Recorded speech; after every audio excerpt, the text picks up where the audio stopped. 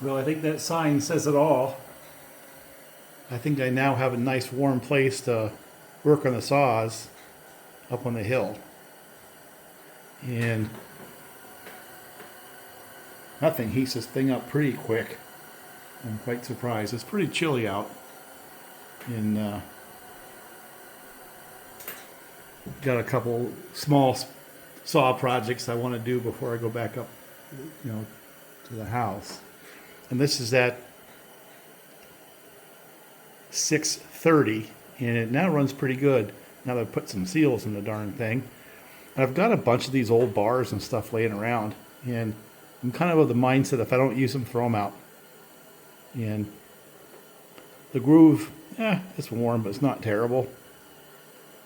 So I figured this is a perfect bar to use to debug that saw, and once it gets right where I want it to be, both cosmetically and mechanically, well, then maybe it gets a better bar. But for now, I think that'll work just fine. The tip was a little rusty. I'm not sure where that bar came from. But and the other thing is, that's where my chains that need to be sharpened are going to end up, and I bring them up to the sharpener. And then the ones I've roughed out, I'm putting right here, so I can throw them on the saws for doing firewood and farm work. Kind of touch them up with a file if I need to. And this is one of those chains, came off the grinder, but I'm looking at it and I've hit the rakers pretty hard, and I'm kind of curious if it just cuts just the way it is. Right now it's raining like crazy and it's dark, so I really can't do anything to prove it. But little by little by little, you know.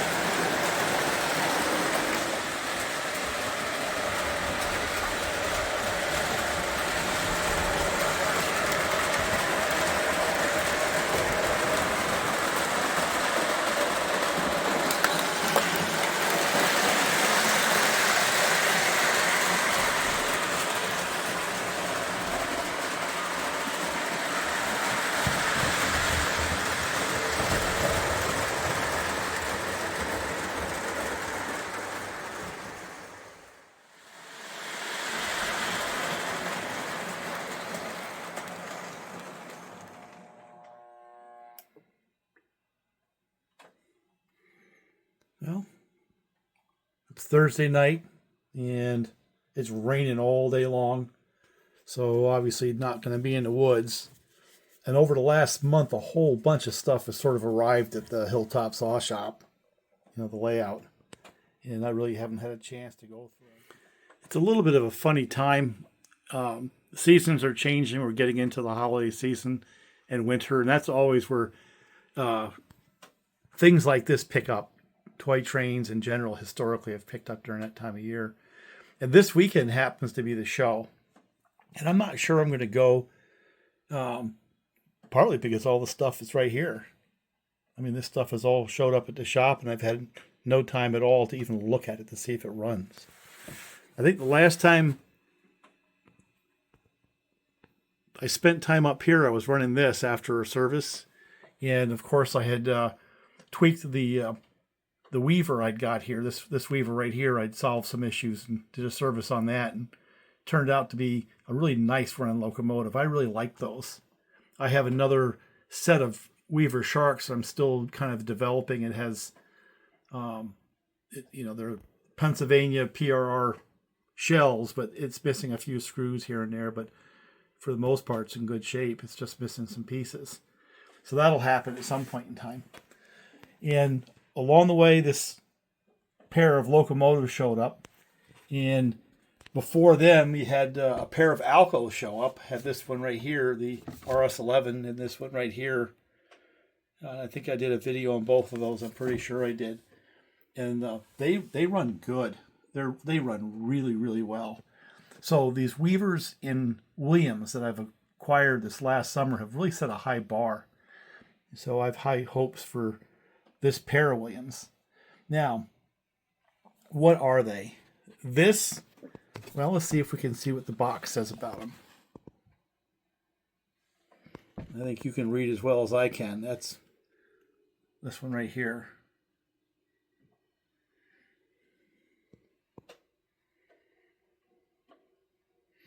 So both of them are SD90s. So they have the same shells, right? One's in Conrail colors and the other one is in Norfolk Southern. Norfolk Southern didn't keep theirs very long. They either converted them to something close to an SD90 with the smaller motor, or scrapped them or sold them, but they didn't last very long on Norfolk and Southern. And these things had some serious horsepower. That was the plan.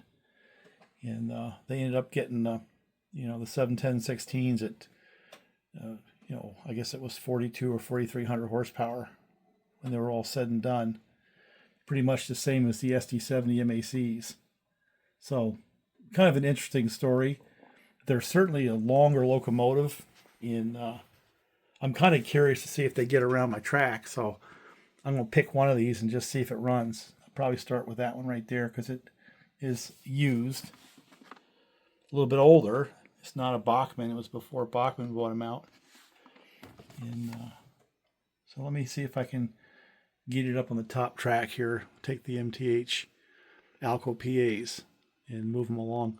One of the things I like about these here, this is an MTH product, is they scale well with the Lionel semi-scale. And they even scale well enough where I can run this 027 Alco down here and not embarrass the thing. By the way, this car right here is another acquisition that just showed up today. And over time, I'm going to when I see them, I'm going to pick them up. So I have a set of those Baltimore and Ohio passenger cars. I'm going to do a quick lap with this. I got it running, but it's missing bits and pieces, so it's not complete. And this one had the dummy B. And I'm not going to get into the history on this video, but the Baldwin series, it's actually a sad story, but maybe a funny story. They did their own thing. And I guess the way you could characterize the Baldwin locomotives is it's what happens when steam locomotive designers meets diesel, like the Centipede. And the other thing about them was they didn't play well with others. So you couldn't take the Baldwins and easily lash them up with EMD or Alcos, They didn't get the message, Here's the box for that C628. Right in there, it's tucked in there. I think I've got some runtime on it. And here's the box for the RS11. And here's the box for that Line L that I had picked up. That Line L turned out to be a really nice running locomotive. The C&O GP9 that I got from Messina. So that's like 1, 2, 3, 4, 5. 6 if you count that one. 7. You know, if you put those into the mix. So yeah, we've kind of had a splurge here. But like I was beginning to say, it's a little bit funny this time of year because the show season has started, right? So a lot of people are saving their money to go to the shows. And conversely, there's people trying to sell to the dealers. But for whatever reason, this period of time from, I guess, around April to now is one of the best times to find really high quality stuff for a pretty low price, you know? And I've indulged. And it kind of surprised me. I got this one here. It was new in the box. New in the box. Never been run. Still has the cardboard, you know, spacers there to protect things. $100 plus shipping. I mean, that's like ridiculous. And, you know, I got that kind of money into most of these. $100, $150 delivered in both the Weaver and the Williams. The Weaver seems to me a little bit higher quality. The shell's a little bit more detailed than the Williams branded, you know, Alco or Baldwin Sharks. I don't know. That's something I've noticed. Really been impressed with the way the Weaver is run. But of course, if you remember last year when I picked up those U25Bs, they turned out to be really nice running locomotives as well. They're around somewhere. I don't know where they are. But anyway, let me see if I can get a lap in with this, and then we're going to try and see if these two locomotives run. Then it'll be a video. That's it. So let's see what we get out of this, if anything. Oh, look at that. It runs.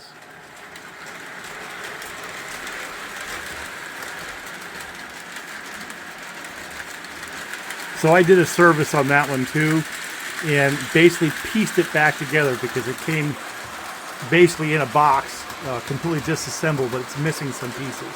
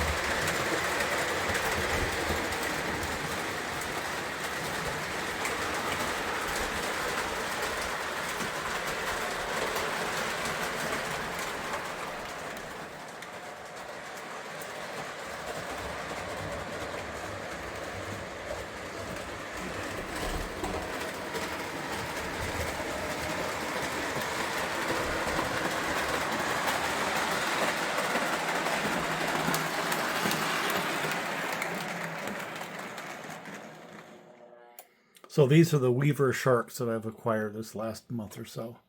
And if you look at one of my prior videos, I had these things apart to do a service. And you can see they were just well-built locomotives. Really good stuff. Well, let's see if it'll go. Oftentimes they have sound and all this kind of stuff. Well, it just goes.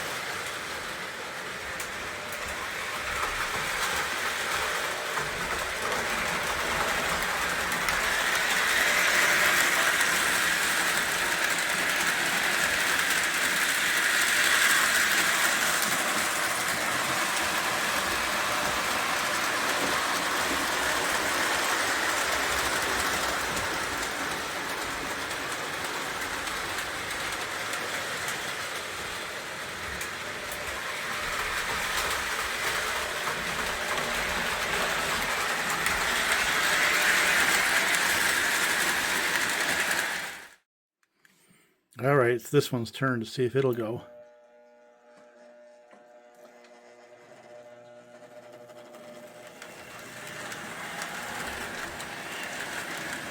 I'm going to guarantee you it needs some grease.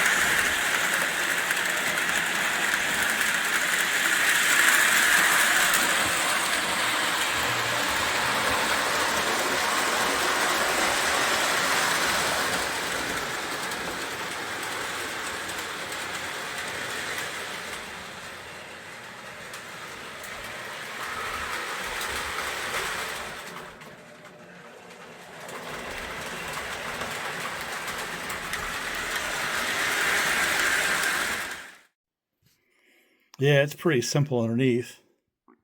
And there's only 4 screws. They're a little bit hidden. I'm not sure you can see it, but right there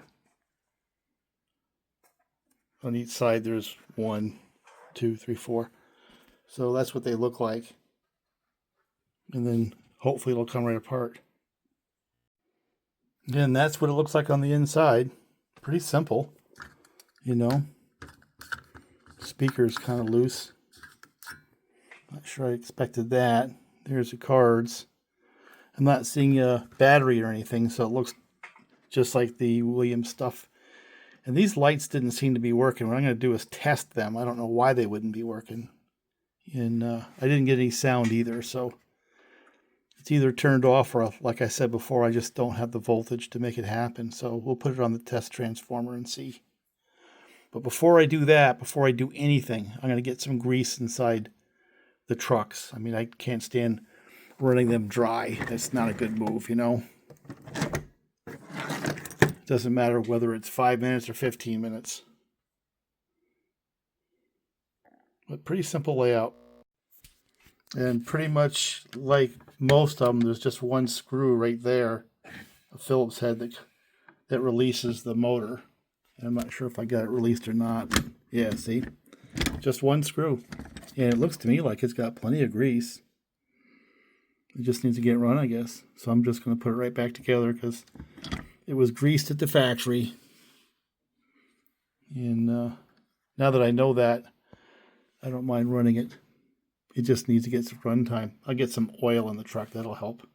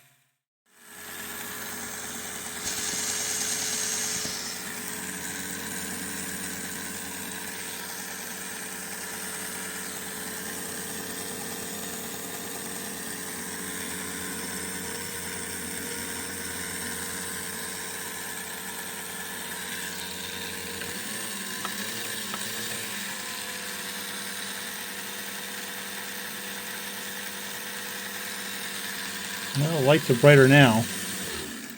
I put the LEDs in. So it looks to me like everything's fine. You know, the only reason the sound doesn't work, in my guess, is because my transformer probably doesn't know how to send a signal that tells it to actually make any noise. But you know something? I don't care. I really don't. And I'm not seeing a switch or anything for like directional control and anything.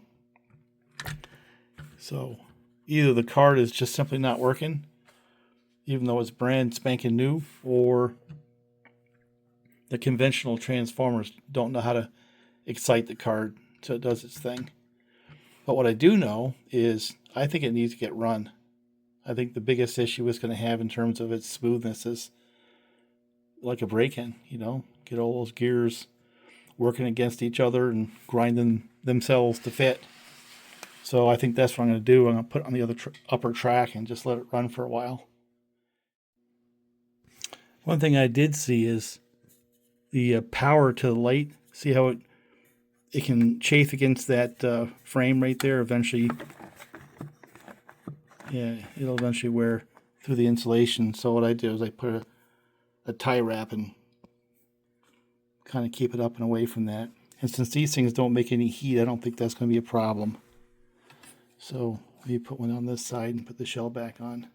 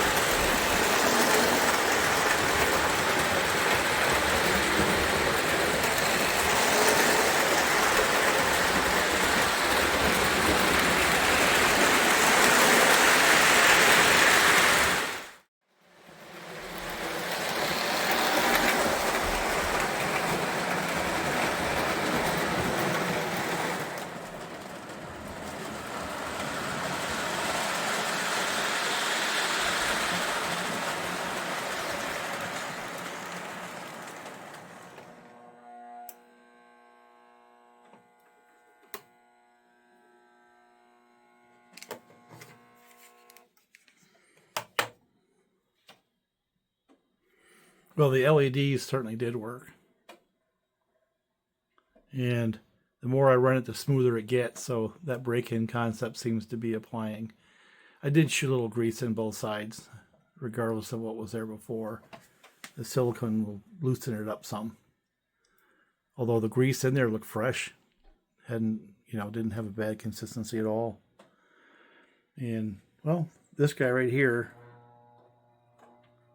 not the locomotive, that car seems to run pretty good. I'm going to have to take them apart and put LED lights in those as well.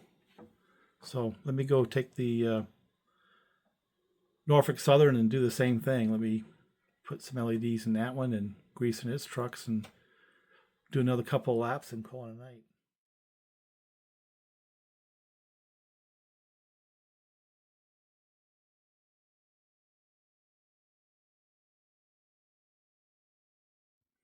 Yep, pretty much just like the Conrail.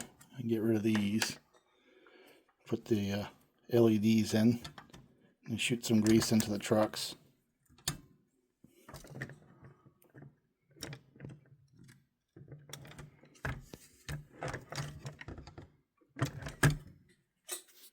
Very, very simple. Pretty much typical Williams, you know, stamp, steel frame with side rails. I like that. Kind of like the old Lionels were like that.